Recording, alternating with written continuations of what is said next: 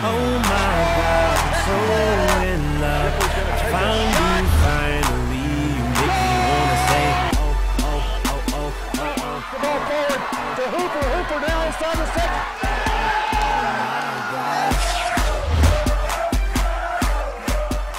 We welcome you into our 12th man production studio. This is the Aggie Soccer Show alongside G. Guerreri. I'm Will Johnson, and it's NCAA tournament time once again. Going into the selection show, the Aggies were looking for their 16th straight appearance in this tournament.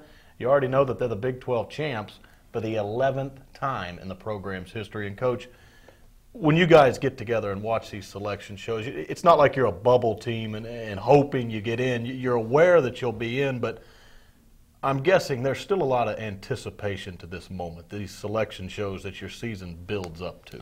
Well, there is. There seems to be a lot of secrecy about how the actual selections are made. It's not quite as upfront as you would see in maybe men's basketball or something like that. So there's often an 11th hour surprise as far as from teams on the bubble who get in or don't get in. For example, University of Denver had a super season. They were upset in their conference tournament, and even though they had a pretty good RPI, they didn't make it. And Auburn did get in, and Auburn, there's different people crying foul over that, but Auburn had a couple good wins throughout the year, and they were able to hang their hat on those, and they got in.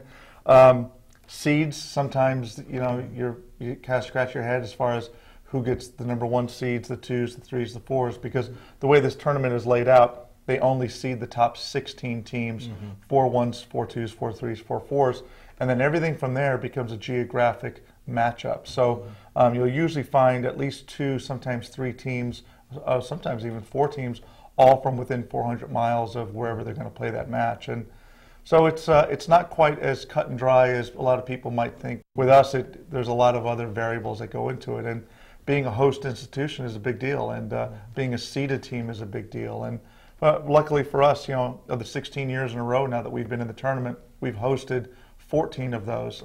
Last year we had to go on the road. We ended up winning the regional at Baton Rouge over LSU and Memphis. But this year, again, they send us on the road, and the path that we would have to go is a tough path.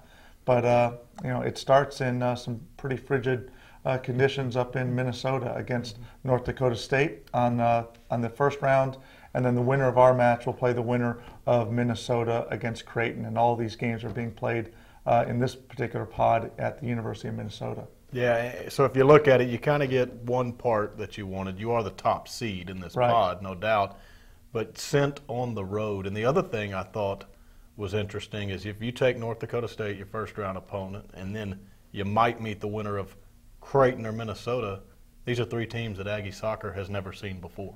Right, we've never played any of these teams, and we've never played in Minnesota. Now we had a great player, Catherine Cambier, who was the Player of the Year from Minnesota, who was with us in the early 2000s. Was a great player for us. So I can say I've been to Minnesota to see soccer. I just haven't been to Minnesota to see the Gophers play. And I've been to Creighton's stadium. It's a great facility in Omaha, but we've never played against Bruce Erickson's team. And same thing goes for North Dakota State. They're the Summit Conference champions, and they've had a great season this year. This is their first time in the NCAA tournament.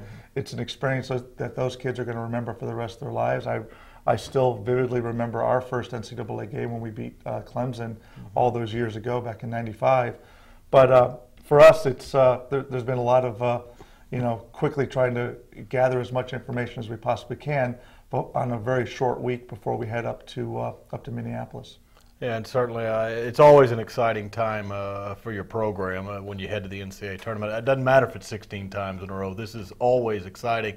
Something else we want to mention to everybody that's exciting for this group is we still have the voting going on for the Lowe's Senior Class Award, which Rachel Shipley is up for, but I believe the voting ends this week, so Rachel needs to win, need to get out and vote. Right, and it's one of those things where you can actually vote every day, and you can vote from every computer that you have every day. So Ags have been great about voting for our people in different situations. As a matter of fact, last year, Emily Peterson won this award. This is the National Student Athlete of the Year for women's soccer. It's a terrific award, and Rachel Shipley is unbelievably deserving of this. She's been, a huge star for us her entire career.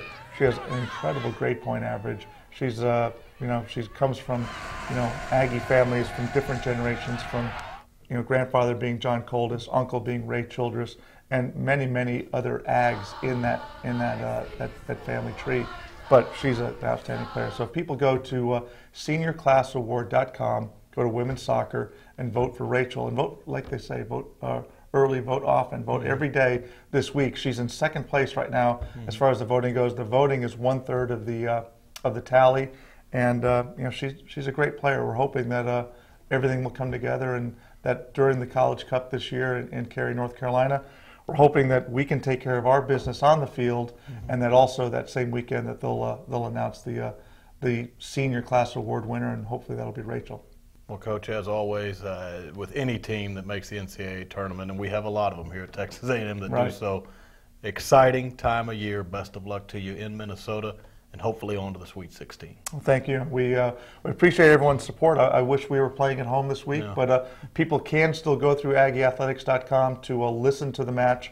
Again, David Ellis and Kurt Magnuson will be doing the play-by-play live, and that is a free broadcast for all of the Aggie fans. All right, 16 years in a row in the NCAA now, but it never gets old. Follow the Aggies this weekend up in Minnesota, rounds 1 and 2 of the NCAA tournament. We'll see you on the next Aggie Soccer Show.